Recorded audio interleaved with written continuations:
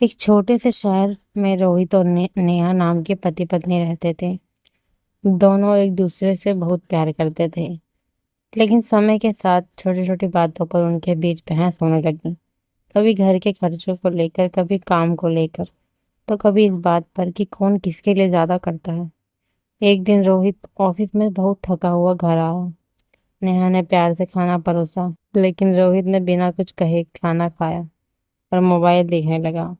नेहा को बुरा लगा। उसने कहा, आपके पास मेरे लिए 2 मिनट भी नहीं है। रोहित भी गुस्से में बोल पड़ा, मैं दिन भर मेहनत करके करके किस लिए करता हूँ? तुम्हें मेरी मेहनत दिखाई नहीं देती? नेहा की आंखों में आंसू आ गए। उसने कुछ दिन नहीं कहा और कमरे में चली गई। उस रात दोनों एक दूसरे से बात किए बिना सो गए। अगली सुबह रोहित जल्दी उठकर ऑफिस जाने लगा। तभी उसकी नजर टेबल पर रखी एक छोटी सी पर्ची पर पड़ी। उस पर लिखा था, मैं आपकी कमाई नहीं, आपके साथ चाहती हूँ। मुझे महंगे तोहफे नहीं चाहिए, बस कभी कभी प्यार से पूछ लिया कीजिए कि मैं कैसी हूँ। रोहित कुछ देर तक उस पर्चे को देखता रहा।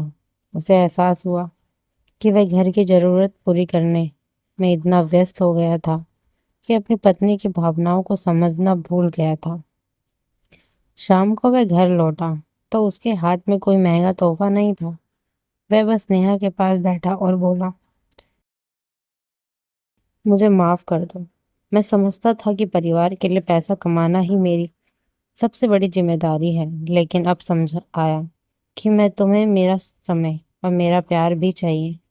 नेहा की आंखों में आंसू थे। उसने मुस्कुराकर कहा, और मुझे भी माफ कर दीजिए। मुझे आपकी मेहनत और आपकी परेशानियां समझनी चाहिए थी। उस दिन दोनों ने एक फैसला किया, जब भी कोई समस्या होगी वह एक दूसरे के खिलाफ नहीं बल्कि समस्या के खिलाफ खड़े होंगे। क्योंकि पति पत्नी का रिश्ता जीतने के लिए नहीं होता, निभाने के लिए होता है। रिश्तों में कभी कभी माफी मांगना कमजोरी नहीं बल्कि प्यार की ताकत होती है।